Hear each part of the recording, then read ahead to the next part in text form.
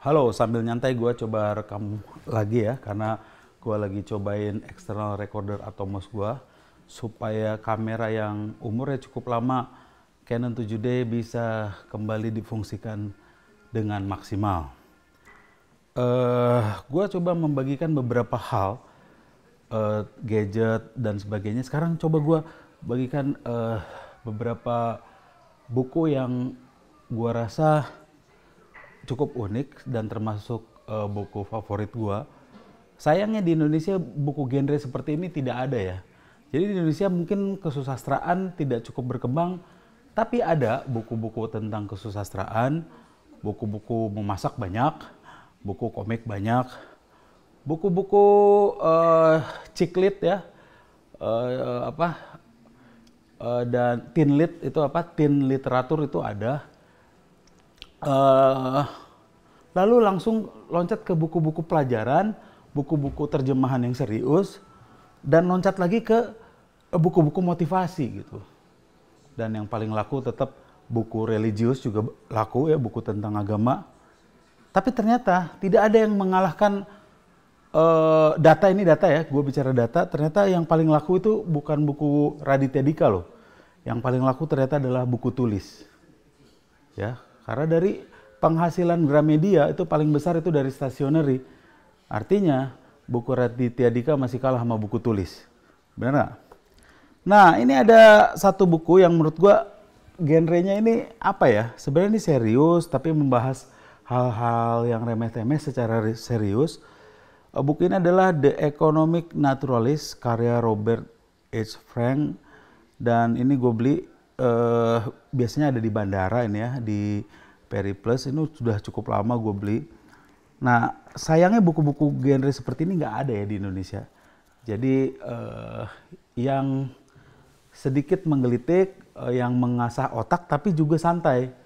Ya, ini bicara soal bahwa banyak hal di dunia ini itu disebabkan dengan alasan-alasan ekonomi. Gue pernah jadikan bahan stand up tentang economical reason, ya sedikit banyak terinspirasi dari buku ini walaupun case-nya berbeda. Jadi buku-buku seperti ini tuh bisa merangsang lu untuk mengamati case-case baru.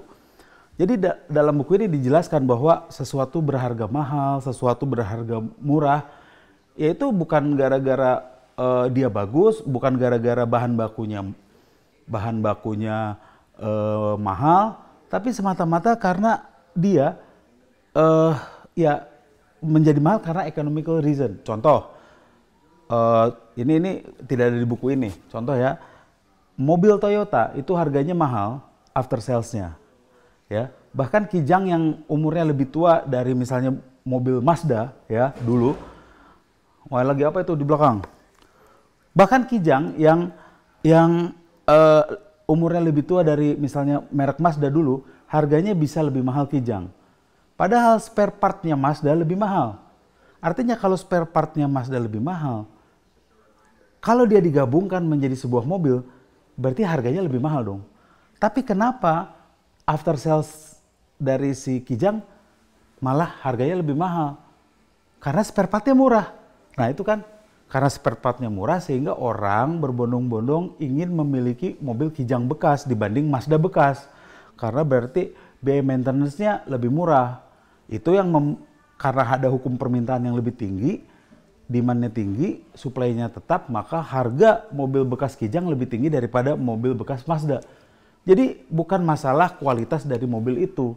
Ya kan, ini masalah ternyata masalah alasan ekonomi yang membuat harga itu mahal. Sebagai contoh juga dibuka. Kalau dari buku ini banyak hal-hal baru ya, lu bisa cari, mungkin masih ada ya bukunya di Periplus. Contoh ya, nah ini ambil contoh deh. Nah, lu mungkin suka mengamati ya. Nah, ini sekalian nih. Ini DVD ya, DVD. Ini DVD gua, ini CD-nya RAN. Nah, sebenarnya kalau kita buka isinya DVD sama dengan isinya CD, ya kan? Tapi kenapa kotaknya yang ini lebih kecil, yang ini lebih besar? Berarti terjadi ketidakefektifan. Nah, tapi ternyata alasannya adalah alasan ekonomi. Karena DVD itu berkembang dari VHS. Jadi dia adalah untuk memutar film. Sedangkan film dulu teknologinya VHS atau video lah. Nah video itu ukurannya seperti ini. Jadi orang-orang sudah punya rak yang seukuran seperti ini. Kalau dia beli DVD, artinya peruntukannya untuk film dong, bukan untuk musik.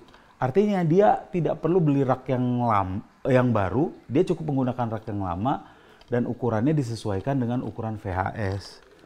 Itulah makanya walaupun isinya sama, tapi dia dibuat seukuran VHS supaya rak yang lama bisa terpakai. Nah, banyak alasan-alasan lain. Seperti contohnya ini kita tahu ya. Misalnya kita pergi dari Jakarta ke Medan, lalu kita pulang dari Medan ke Jakarta. Secara ekonomi, bahan bakarnya sama, servisnya sama. Tapi kenapa kadang-kadang atau seringkali ongkosnya lebih mahal misalnya yang dari Medan ke Jakarta? Ya, karena itulah arus urbanisasi. Jadi lebih banyak orang dari Medan ke Jakarta dibanding dari Jakarta ke Medan.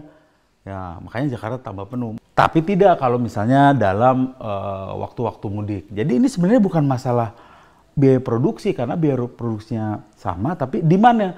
Di saat mudik misalnya orang-orang Batak ini pada pergi ke Medan, ongkos yang ke Medan yang mahal.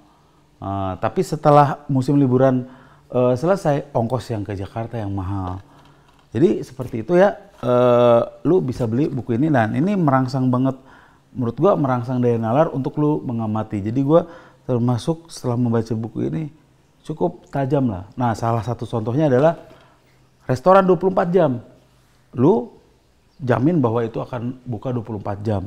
Tapi lu perhatikan kenapa itu pintunya ada gemboknya. Kan nggak mungkin dikunci.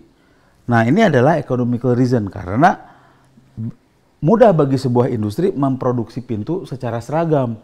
Kalau ada pintu yang tidak ada gemboknya, malah produksinya akan sangat spesifik, sehingga harga pintunya akan lebih mahal dibanding dengan pintu yang ada gemboknya.